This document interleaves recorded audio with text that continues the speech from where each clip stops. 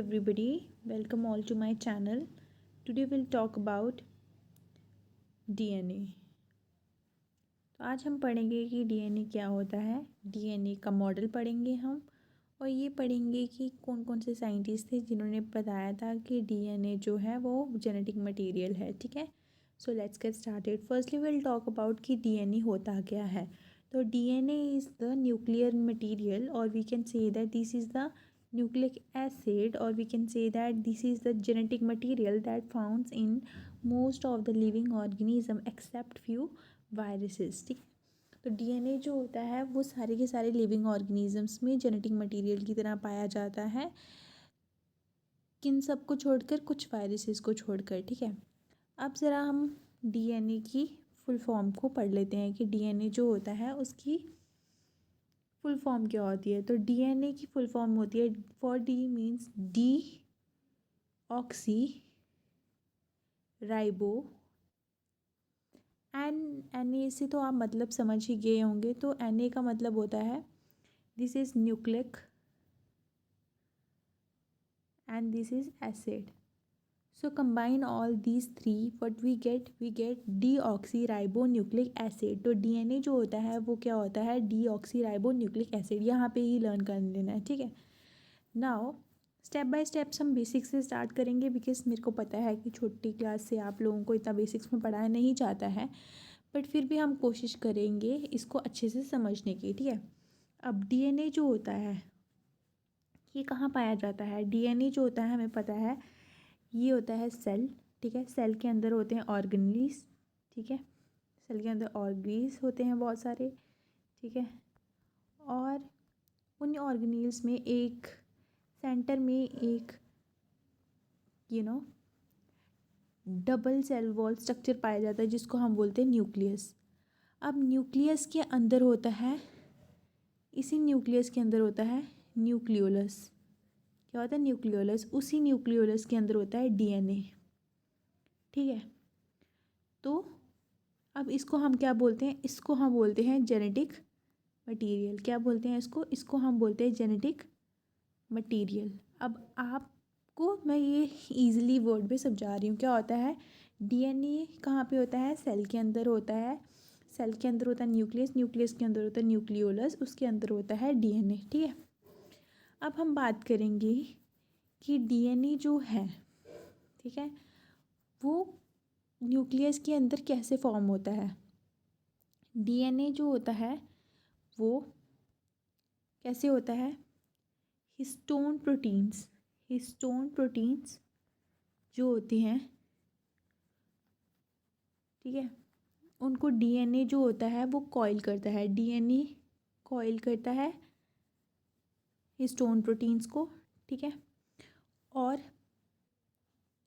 ये जो होते हैं ये कैसे पाए जाते हैं, ये वीड्स ऑफ स्ट्रिंग की तरह देखे जाते हैं स्ट्रक्चरली। मतलब हम क्या पढ़ रहे हैं, बेसिकली हम पढ़ रहे हैं कि डीएनए जो होता है वो न्यूक्लियस के अंदर जो न्यूक्लियोलस होता है उसके अंदर कैसे फॉर्म होता है, कि जैसे ये हिस्टोन प्रोटीन्स हैं, समझ लो ये हिस्टोन्स प्रोटीन्स हैं। ठीक है, ये ऑक्टोमर्स के प्रेजेंट में फॉर्म होते हैं। ठीक है, अब ये है डीएनए का थ्रेड।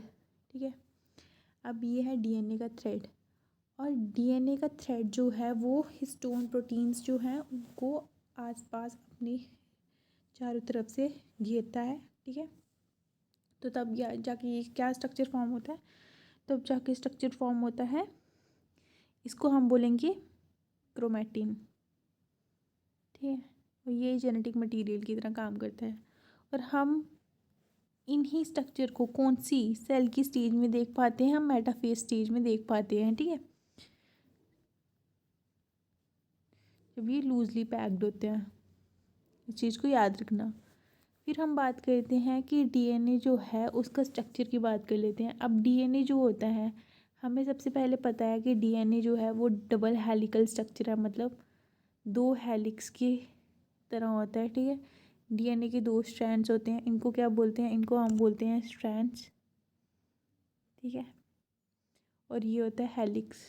हेलिक्स मीन्स कुंडली के समान। ठीक है, अब हम क्या बात करते हैं, हम बात करते हैं कि हाँ, तो अब हम बात करेंगे कि डीएनए जो होता है वो कौन कौन सी चीज़ों से मिलकर बनता है। अब हमें न्यूक्लिक एसिड को याद रखना कि न्यूक्लिक एसिड जो होता है, कोई भी न्यूक्लिक एसिड, आइदर वो डीएनए और आरएनए, ठीक है, वो किस 3 सबसीक्वेंस की फॉर्मेशन से बना होता है। एक तो होता है, हमें चाहिए होता है न्यूक्लिक एसिड बनाने के लिए नाइट्रोजनस बेस, ठीक है, हमें ribose sugar, ribose and deoxy ribose sugar चाहिए होती है, ribose in case of RNA and deoxy ribose in case of DNA हमें चाहिए होती है, ठीक है, शुगर।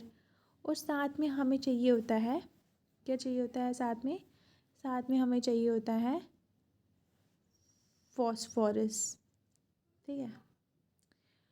तो ये 3 थिंग्स मिलाकर डीएनए के एक स्ट्रक्चर को बनाते हैं। जैसे कि देखो, ये देखो कि ये है शुगर, ठीक है, sugar ribose deoxy ribose sugar. जब इसके ऊपर कौन आकर जुड़ता है, जब इसके ऊपर नाइट्रोजिनस बेस, अब नाइट्रोजिनस बेस आकर जुड़ता है तो उस टाइम हम इसको बोलेंगे न्यूक्लियोसाइड,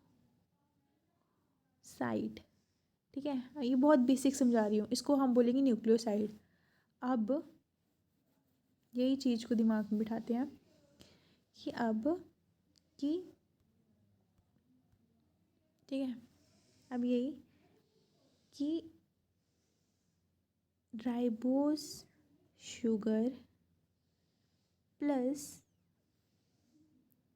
राइबोस शुगर को जब हम किसके साथ ऐड करते हैं, जब हम ऐड करते हैं इसके साथ नाइट्रोजन बेस, तो ये हमें क्या देता है, ये हमें देता है न्यूक्लियोसाइड। प्लस फिर जब नाइट्रोजनस बेस के साथ आकर फॉस्फेट ग्रुप अटैच्ड होगा तो इसको हम क्या बोलेंगे, इसको हम बोलेंगे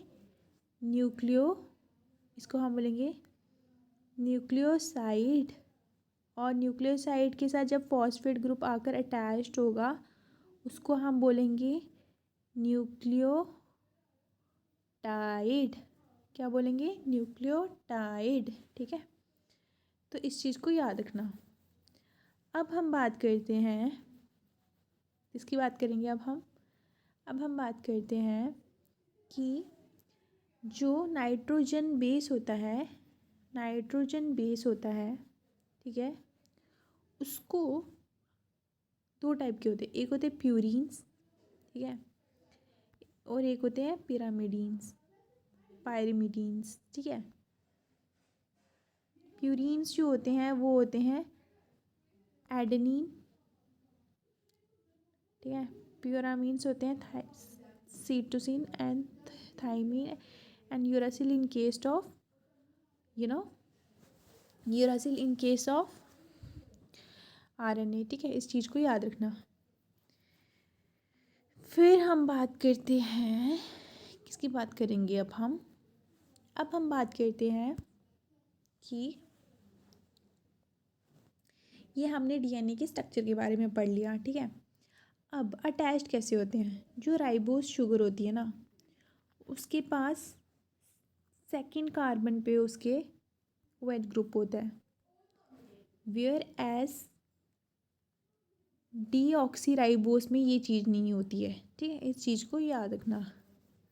एक कुछ चीज़ याद रखना कि जो फॉस्फेट ग्रुप होता है ना, वो कहाँ पे आकर जुड़ता है, जहाँ तो वो 3rd कार्बन पे जुड़ेगा, जहाँ तो वो 5th कार्बन पे आकर जुड़ेगा। इस चीज़ को भी याद रखना, ठीक है।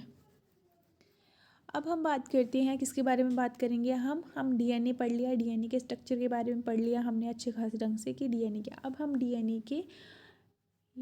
हमने डीएनए के बारे में ये नहीं पढ़ा, अभी स्ट्रक्चर के बारे में अभी हम डिटेल में अभी पढ़ेंगे, ठीक है। डीएनए का स्ट्रक्चर, कि डीएनए का स्ट्रक्चर जो होता है वो कैसे होता है, ठीक है।